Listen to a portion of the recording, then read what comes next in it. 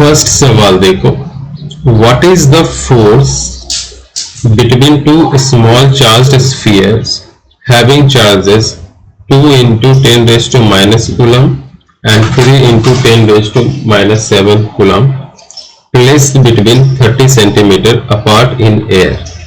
इस सवाल में जो इम्पोर्टेंट चीज है हम उसको पहले हाईलाइट कर लेते हैं। देखो क्या कह रहा है, what is the force between two small charge spheres. क्या कह रहा, force between two small charge spheres. इसका मतलब क्या हो गया, इसका मतलब ये हो गया कि हमें इलेक्ट्रोस्टैटिक फोर्स का मैग्नीट्यूड निकालना है और दो चार्ज स्फीयर दिए हुए, एक यहां और एक यहां, ठीक है, और इनके बीच कुछ सेपरेशन है। मान लो इसके ऊपर चार्ज Q1 होगी, ये Q2 होगी और सेपरेशन क्या होगी R। तो फोर्स क्या हो जाएगा 1/4 pi epsilon naught Q1 Q2 by R square. R यहां सेंटीमीटर में दी हुई है, तो आप उसको किस में कन्वर्ट करोगे, मीटर में। Q1 ये है और Q2 ये है। 1/4 पाई एप्सिलॉन नॉट का वैल्यू आपको पता ही होगा, तो ये सारा डाल के एंड में जो भी फोर्स आएगी, यूनिट तो पता ही है, न्यूटन होगा, वो लिख डालनी है। That's it. सेकेंड सवाल पढ़ो आप लोग।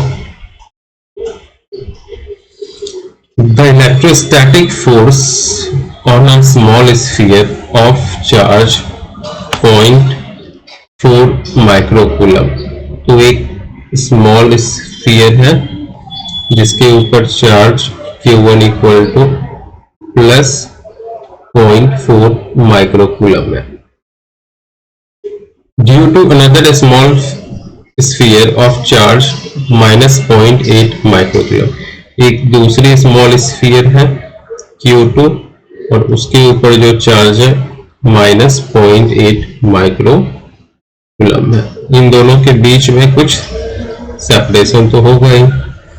ओके, तो दोनों के बीच में फोर्स की मैग्नीट्यूड कितनी है 0.2 न्यूटन, ये भी गिवन है। Due to in air is 0.2 Newton.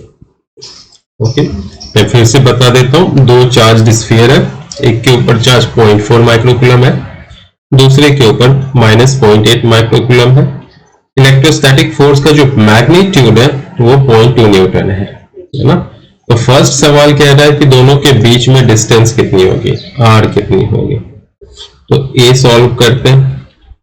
Electrostatic force का मैग्नीट्यूड का फॉर्मूला क्या होता है 1/4 pi epsilon naught Q1 Q2 by R square. अब देखो फोर्स की वैल्यू गिवन है, 1/4 पाई एप्सिलॉन नॉट की वैल्यू पता है, Q1 Q2 पता है, तो ये अननोन R निकल जाएगी ना, ये आपको निकाल लेनी है। नेक्स्ट सवाल देखते हैं इसी का, बी। अब देखो जो 0.4 माइक्रोकूलम है ना, उसके ऊपर फोर्स की डायरेक्शन क्या होगा, इधर होगा, क्योंकि नेगेटिव चार्ज है ना। नेगेटिव चार्ज इसको क्या करेगी, फर्स्ट वाले को अट्रैक्ट करेगी। तो पॉजिटिव चार्ज जो है ये 0.4 माइक्रोकूलम, वो भी क्या करती है, नेगेटिव को अट्रैक्ट करती है। दोनों का मैग्नीट्यूड क्या होता है, सेम।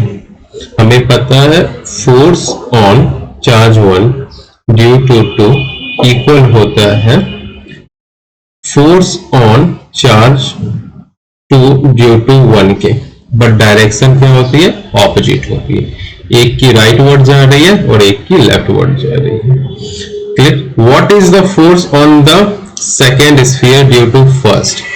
तो हमें क्या पूछ रहा है, F21 कितनी है। देखो F21 क्या हो जाएगा, F21 का मैग्नीट्यूड इक्वल होगा F12 के।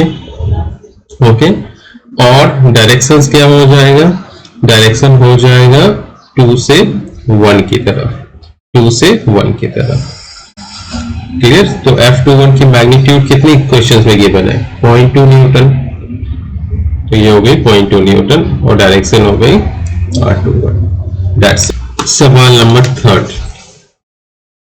Check that the ratio of ke square upon g me into mp is dimensionless। Okay, फिर क्या कहता हूं, look up a table of physical constants and determine the value of this ratio। what does the ratio signify।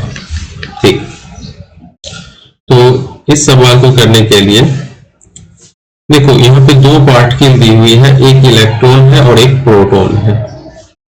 ठीक है, ये particle क्या है, electron, और यहाँ एक पार्टिकल जो है वो प्रोटॉन है।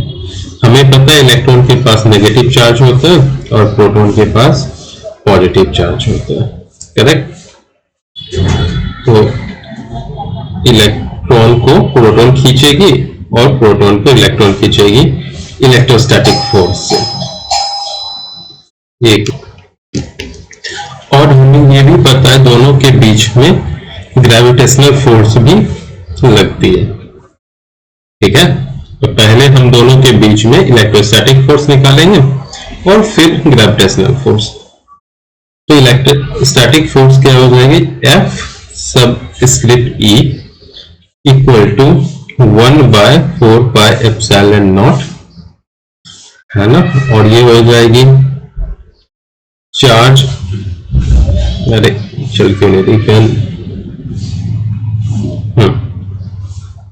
Charge on electron into charge on proton upon r²। ये फर्स्ट हो गया। अब हम निकालेंगे ग्रेविटेशनल फोर्स। ग्रेविटेशनल फोर्स क्या होता है, G times gravitational constant times mass of electron times mass of proton upon r²। ये हो गई इक्वेशन 2। याद रखना 1/4πε0 को क्या बोलते हैं, k। तो हम इसको k भी बोल सकते हैं। तो मैं इसको रब करके यहां पे k लिख देता हूं। क्लियर। अब इन दोनों को हम क्या करेंगे, डिवाइड कर देंगे। तो F E/Fg करेंगे, r² कैंसिल हो जाएगा, क्या बचेगा, K QE QP upon G ME MP। याद रखना Fe का डायमेंशंस क्या होगा, यूनिट क्या होगा, न्यूटन, और Fg का भी यूनिट क्या होगा, न्यूटन। तो न्यूटन न्यूटन कैंसिल हो जाएंगे, तो ये कैसी क्वांटिटी हो गई, डायमेंशनलेस। ये जो रेशियो है वो हो जाएगी डायमेंशनलेस। यहां से आपने ये दिखा दिया। ओके, फिर आगे का सम क्या कह रहा है, डिटरमाइन द वैल्यू। तो वैल्यू पुट करने के लिए k की वैल्यू कितनी होती है, 9 × 10⁻⁹। इलेक्ट्रॉन के ऊपर चार्ज कितना होता है, 1.6 × 10⁻⁻19। प्रोटॉन की सिर्फ हम मैग्नीट्यूड लिख रहे हैं, डायरेक्शंस को अवॉइड कर रहे हैं। 1.6 × 10⁻⁻19। G की वैल्यू होती है 6.67 × 10⁻11। Mass of electron 9.1 × 10⁻31 times mass of proton क्या होता है, 1.67 × 10⁻27। तो जो भी काटा पीटी करके आएगा वही आंसर हो जाएगा।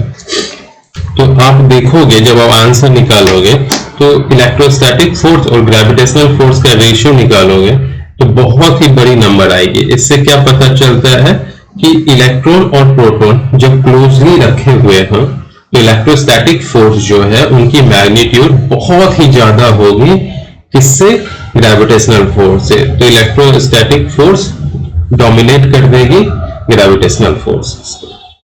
यही हम समझेंगे इस रेशियो से। नेक्स्ट क्या कह रहा है, explain the meaning of the statement electric charge of a body is quantized. कह रहा बताओ इलेक्ट्रिक चार्ज एक बॉडी की क्वांटाइज्ड होती है उसका मतलब क्या है? देखो, एक बॉडी यहां है और एक दूसरी बॉडी यहां है, ठीक है? समझो अभी ये दोनों न्यूट्रल कंडीशंस में, यानी नेट चार्ज दोनों के ऊपर क्या है? 0 है, करेक्ट? अब हम क्या करेंगे, दोनों बॉडी को रगड़ेंगे, मतलब रब करेंगे, है ना? जब आप रब करेंगे तो क्या होगा, इसके ऊपर कुछ पॉजिटिव चार्ज आप देखोगे और इसके ऊपर क्या देखोगे?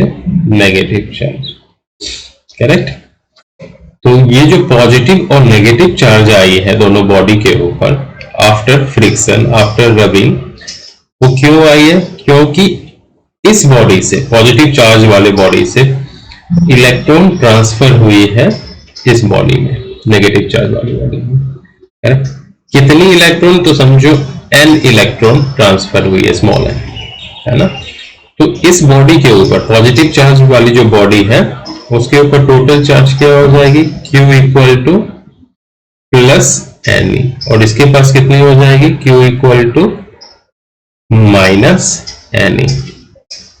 तो आप देख रहे हो एक बॉडी से दूसरे बॉडी में जो चार्ज ट्रांसफर हो रहा है वो किसकी वजह से?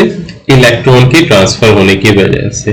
और ये जो इलेक्ट्रॉन ट्रांसफर होगी, है ना, ये पूरी की पूरी ट्रांसफर होगी, मतलब इंटीग्रल, ऐसा नहीं कि आधा इलेक्ट्रॉन ट्रांसफर हुआ आधा नहीं हुआ, नहीं।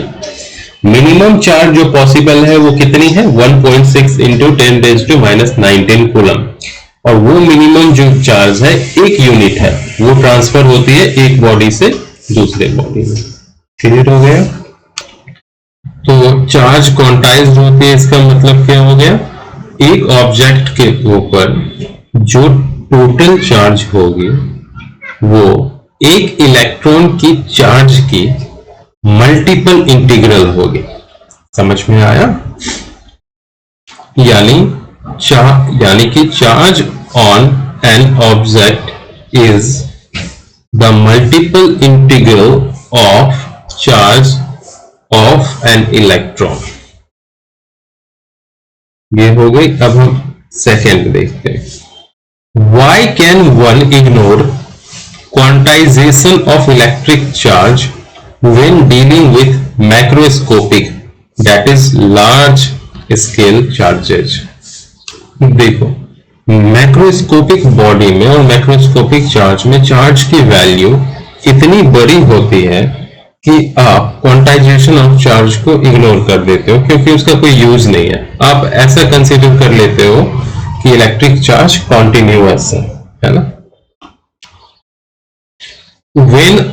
Next questions. When a glass rod is rubbed with a silk cloth, charges appear on both. A similar phenomenon is observed with many other pairs of bodies. Explain how this observation is consistent with the law of conservation of charge. देखो, law of conservation of charge बोलता है net charge को ना तो आप create कर सकते हो ना ही आप डिस्ट्रॉय कर सकते हो, करेक्ट? जब ग्लास रॉड और सिल्क क्लॉथ अलग अलग रखे हुए थे, मतलब दोनों क्या थे? न्यूट्रल थे, यानी नेट चार्ज दोनों के ऊपर क्या थी? 0। तो रगड़ने के बाद भी नेट चार्ज 0 ही होना चाहिए, ओके?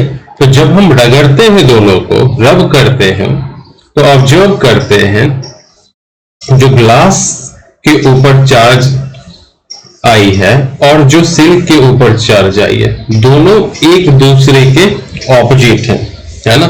जितनी चार्ज ग्लास के ऊपर है ठीक उसका ऑपोजिट, मैग्नीट्यूड में उतना ही लेकिन नेचर में जस्ट ऑपोजिट डेवलप होती है। किसके ऊपर? सिल्क के ऊपर, करेक्ट?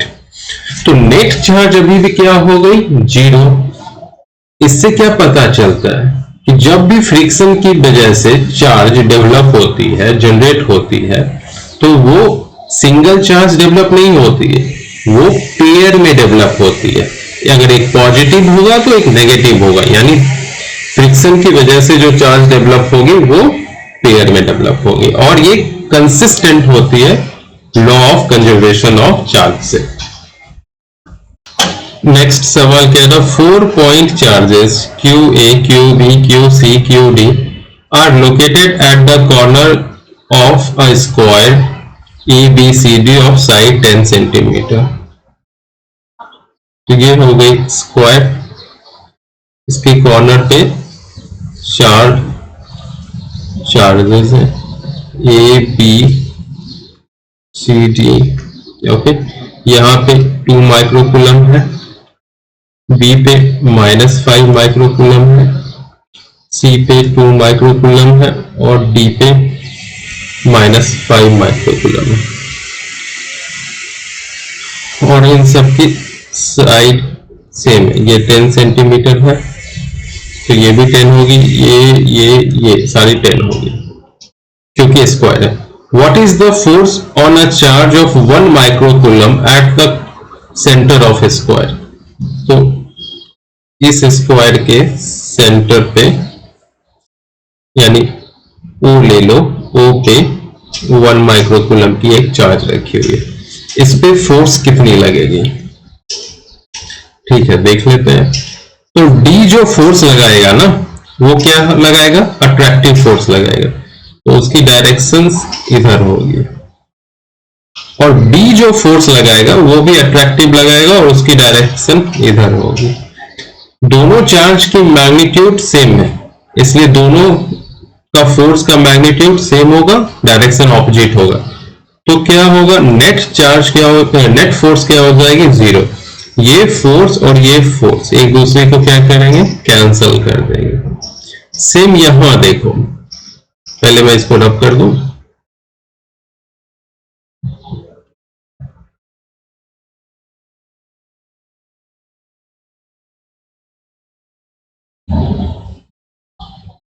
तो गलत जगह लिख दिया।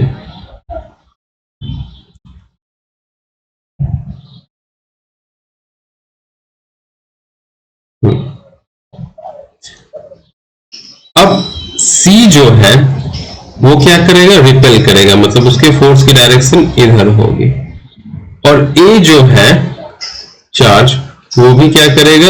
रिपेल करेगा, उसकी डायरेक्शन इधर होगी। दोनों की मैग्नीट्यूड सेम है, तो फोर्स की मैग्नीट्यूड सेम है, तो दोनों फोर्स एक दूसरे को क्या करेंगे? कैंसिल करेंगे। तो क्या हो गया? नेट फोर्स जो लग रही है 1 माइक्रोकूलम के ऊपर, वो क्या हो जाएगी? 0। फोर्स 0 नहीं होगी, नेट फोर्स जो होगी वो 0 होगी। 2 माइक्रोकूलम 1 माइक्रोकूलम के ऊपर फोर्स लगाएगा, ऐसा कभी मत सोच लेना कि 2 माइक्रोकूलम 1 माइक्रोकूलम के ऊपर फोर्स नहीं लगा रहा, लगा रहा है। सारे चार्जेस 1 माइक्रोकूलम के ऊपर फोर्स लगा रहे हैं, लेकिन नेट फोर्स क्या होगा? उनका इफेक्टिव फोर्स क्या होगा? 0। नेक्स्ट सवाल, an electric field line is a continuous curve, that is a field line can not have sudden breaks, why not? तो देखो, इसको समझने के लिए सबसे पहले हम एक सोर्स चार्ज रखते हैं। सोर्स चार्ज Q है।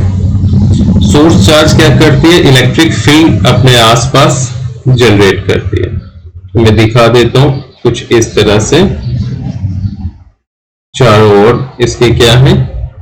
इलेक्ट्रिक फील्ड है, और ये ब्लैक वाली क्या है? इलेक्ट्रिक फील्ड लाइंस है। Okay, electric field lines draw कैसे करते हैं? मतलब ये जो मैंने ये नंबर 1 जो है इसको ड्रॉ कैसे किया? हाइपोथेटिकली समझो यहाँ इलेक्ट्रिक फील्ड लाइन नहीं है, और आप एक यूनिट पॉजिटिव टेस्ट चार्ज यहां रखोगे, तो आप देखोगे कि ये जो टेस्ट चार्ज है ये रेडियली इसी डायरेक्शंस में मूव कर रही है इलेक्ट्रोस्टैटिक फोर्स की वजह से। क्लियर? ये Q नॉट चार्ज इस डायरेक्शंस में मूव कर रही है। तो जो पाथ फॉलो करती है टेस्ट चार्ज इलेक्ट्रिक फील्ड में, वही क्या होती है? इलेक्ट्रिक फील्ड लाइंस होती है उस पाथ को। अगर ये कॉन्टिन्यूअस फॉलो मूव कर रही है तो हमें फील्ड लाइंस भी कैसी बनानी पड़ेगी? कॉन्टिन्यूअस। हाइपोथेटिकली अगर हम इस टेस्ट चार्ज को यहां रखते, ठीक है, फील्ड में, और ये क्या होती, मूव करती, रुक जाती, फिर मूव करती, फिर रुक जाती थोड़ी देर, फिर मूव करती, फिर रुक जाती, क्लियर है? तो उस केस में हम क्या कह सकते थे कि इलेक्ट्रिक फील्ड लाइन जो है वो ब्रेक करती है, लेकिन यहां ब्रेक नहीं करती। क्यों? क्योंकि जैसे ही आप चार्ज को रखोगे वो कॉन्टिन्यूअसली मूव करती है, रुक के मूव नहीं करती, इसलिए इलेक्ट्रिक फील्ड लाइंस ब्रेक नहीं करेगी। अब इसको एनालाइज कर सकते हो अर्थ की ग्रेविटेशनल फील्ड से। ये अर्थ है, अर्थ की ग्रेविटेशनल फील्ड किधर होती है, टुवर्ड्स सेंटर, है ना, चारों तरफ। तो अर्थ की भी जो ग्रेविटेशनल फील्ड होती है वो कॉन्टिन्यूअस होती है ना। इसका मतलब क्या हो गया कि अगर यहाँ एक ऑब्जेक्ट है अर्थ के ऊपर, उसको छोड़ेंगे तो वो क्या होगा, कॉन्टिन्यूअसली गिरती हुई अर्थ के सरफेस से टकराएगी।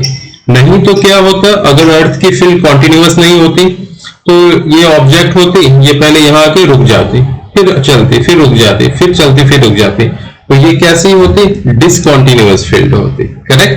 बिकॉज एक पार्टिकल, एक ऑब्जेक्ट कॉन्टिन्यूअसली अर्थ के सेंटर की तरफ मूव करती है, इसलिए इसकी field line, gravitational field line क्या होती है, कॉन्टिन्यूअस होती है।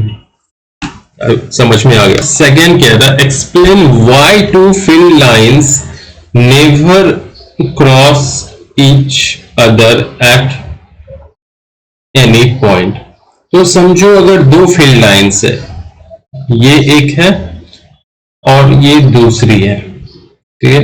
अगर ये दोनों एक दूसरे को हाइपोथेटिकली क्रॉस करते, यानी ये वाली कुछ इस तरह होती, तो एक पॉइंट पे कितनी डायरेक्शन मिलती, दो मिलती, एक इधर एक इधर, जो कि इम्पॉसिबल है। समझ में आया? इसलिए कभी भी दो इलेक्ट्रिक फील्ड लाइंस क्रॉस नहीं करेगी, चाहे वो इलेक्ट्रिक फील्ड की हो, ग्रेविटेशनल फील्ड की हो या फिर मैग्नेटिक फील्ड की हो, किसी भी फील्ड की फील्ड लाइंस क्रॉस नहीं करती।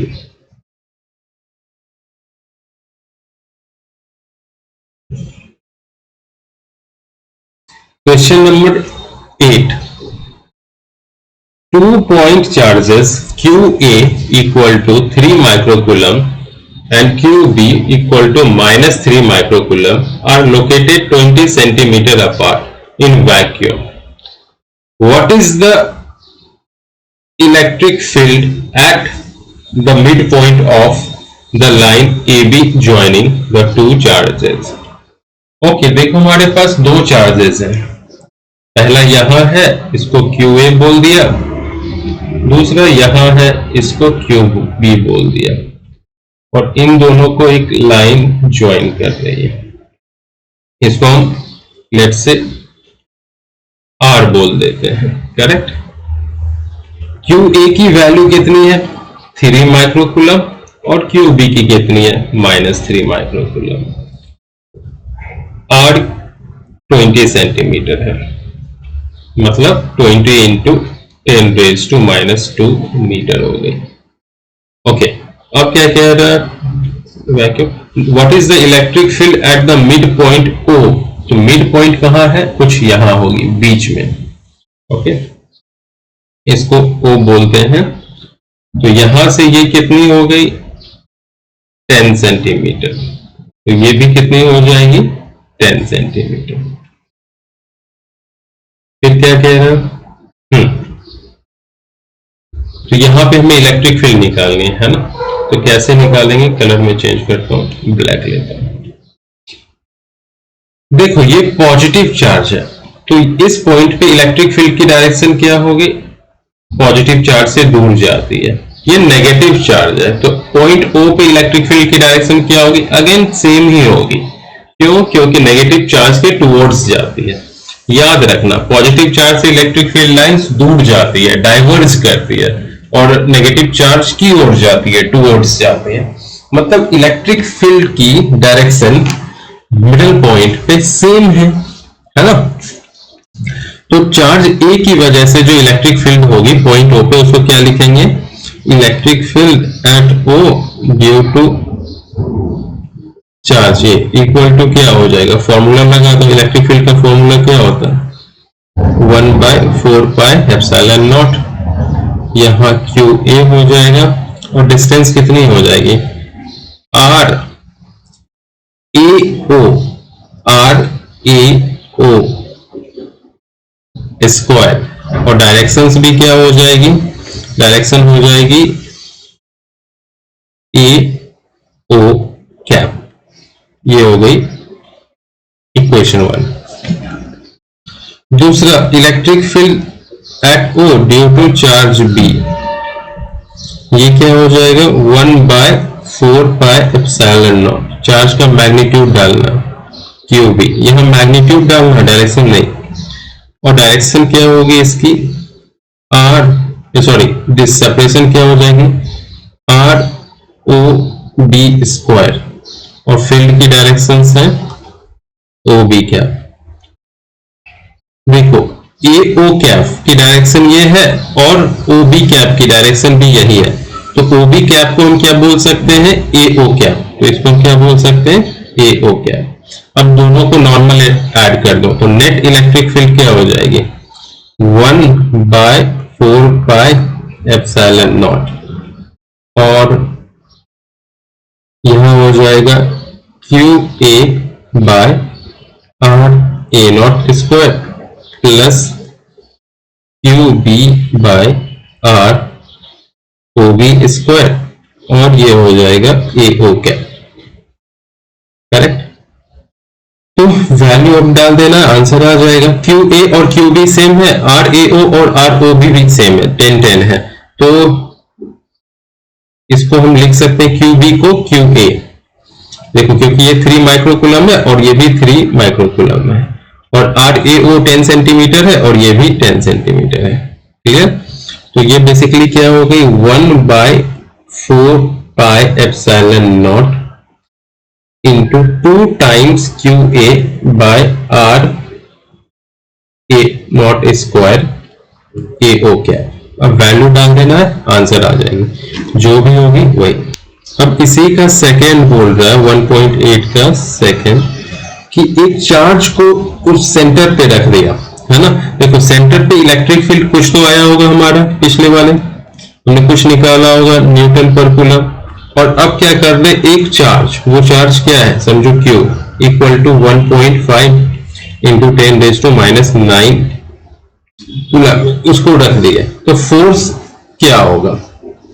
ठीक है, तो फोर्स जो होगी वो क्या होती है, चार्ज टाइम्स इलेक्ट्रिक फील्ड। ये फॉर्मूला यूज करनी है, यानी जो इलेक्ट्रिक फील्ड आया कैलकुलेट करके वो डालो और चार्ज की वैल्यू डालो, और जो डायरेक्शंस होगी फोर्स की वो इलेक्ट्रिक फील्ड की डायरेक्शन होगी। That's it. अभी देखो क्या है 9, a system has two charge QA equal to 2.5 into 10⁻⁷ coulomb and QB equal to -2.5 into 10⁻⁷ coulomb located at a points A 0, -15 and B 0, +15। Okay, तो देखो यहां जो है ना ये पॉइंट समझो ओरिजिन है, तो इसकी कोऑर्डिनेट क्या होगी 0, 0, 0। ठीक है, और ये जो डायरेक्शन है हाइपोथेटिकली इसको एक्स एक्सिस मत समझो, इसको क्या समझो जेड एक्सिस समझो। तो यहां जो पॉइंट होगी वो क्या हो जाएगी 0, 0, Z 15, और ये क्या हो जाएगी 0, 0, -15 सेंटीमीटर। Correct, good. तो जो -15 सेंटीमीटर वाला है इसको पॉइंट ए बोलते हैं, इसको पॉइंट बी, और ये बीच वाला जो है इसको पॉइंट ओरिजिन का ओ बोल दो। करेक्ट, तो ए पे चार्ज कितनी है 2.5 इंटू 10⁻⁷ कूलम, और बी पे चार्ज कितनी है -2.5 इंटू 10⁻⁷ कूलम। तो ये क्या बन गए, डाइपोल बन गई, है ना। ये सेंटीमीटर में है, याद रखना, ये बन गई है डाइपोल। तो क्या कह रहा respectively, what are the total charge and electric dipole moment of the system. तो टोटल चार्ज इसका क्या हो जाएगा, बिल्कुल क्लियर है, सवाल सही है। टोटल चार्ज क्या हो जाएगा 0, इतनी है और ये, लेकिन दोनों की पोल क्या पोलैरिटी ऑपोजिट है, तो ऐड करेंगे नेट चार्ज क्या हो जाएगी 0। तो मैं यहां लिख देता हूं, किधर है, what are the total charge, ये क्या हो जाएगी 0। अब कह रहा है electric dipole moment of the system. Electric dipole moment basically एक वेक्टर क्वांटिटी होती है, उसको p वेक्टर से डिनोट करते हैं, और वो होता क्या है, वो होता चार्ज q टाइम्स सेपरेशन, यहां 2a कैप। अब बताता हूं 2a कैप क्या है।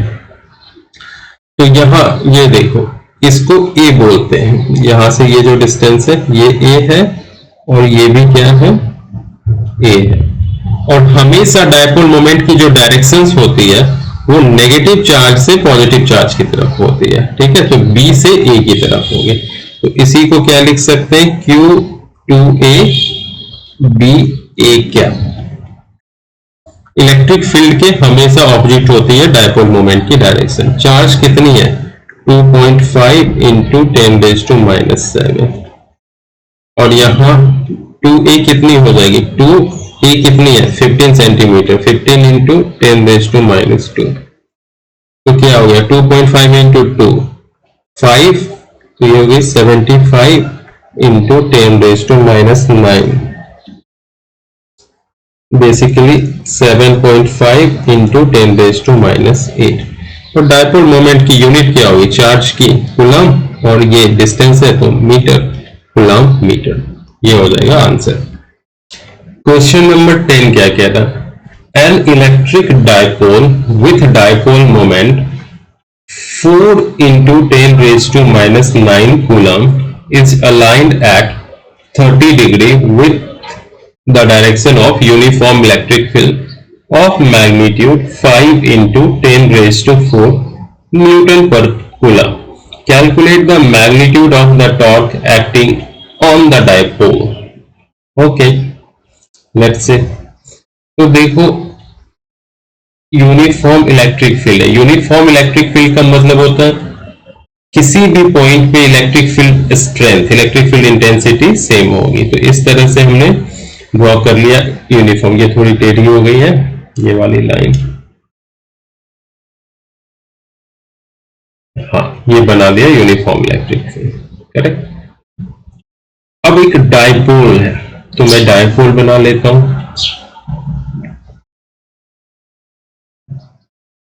एक नेगेटिव चार्ज समझो यहां है, और एक पॉजिटिव चार्ज यहां है, और दोनों के बीच की डिस्टेंस कितनी होती है डायपोल के केस में 2a। ओके, और इलेक्ट्रिक फील्ड स्ट्रेंथ E है, क्लियर। तो इलेक्ट्रिक फील्ड यानी कलर चेंज करते हैं अगेन, अरे ग्रीन, हाँ इलेक्ट्रिक फील्ड मतलब ये हो गई डायरेक्शन। और डायपोल की डायरेक्शन मैंने बताया हुआ क्या होता है, नेगेटिव से पॉजिटिव डायपोल मोमेंट की, तो ये हो गई। इनके बीच जो एंगल थीटा बन रहा है वो कितनी है, वो है 30 डिग्री। ओके, और डायपोल मोमेंट की वैल्यू कितनी दी हुई है, देखो डायपोल मोमेंट की मैग्नीट्यूड की वैल्यू दी हुई है 4 इंटू 10⁻⁹ कूलम मीटर। थीटा भी हमें पता है कितनी है 30 डिग्री, और इलेक्ट्रिक फील्ड की मैग्नीट्यूड यूनिफॉर्म इलेक्ट्रिक फील्ड है 5 इंटू 10⁻⁴ न्यूटन पर कूलम। हमें निकालना क्या है, मैग्नीट्यूड ऑफ द टॉर्क। तो टॉर्क का जो मैग्नीट्यूड होगा वो होता है dipole moment times electric field strength की मैग्नीट्यूड टाइम्स साइन थीटा। तो वैल्यू डालेंगे 4 इंटू 10⁻⁹, सॉरी यहां डालता हूं 4 into 10⁻⁹ into 5 into 10⁻⁴ into sine 30 degree, जो आएगा वही आंसर हो जाएगा। अपना टॉर्क की यूनिट क्या होती है, न्यूटन मीटर। तो न्यूटन मीटर डालना मत भूलना।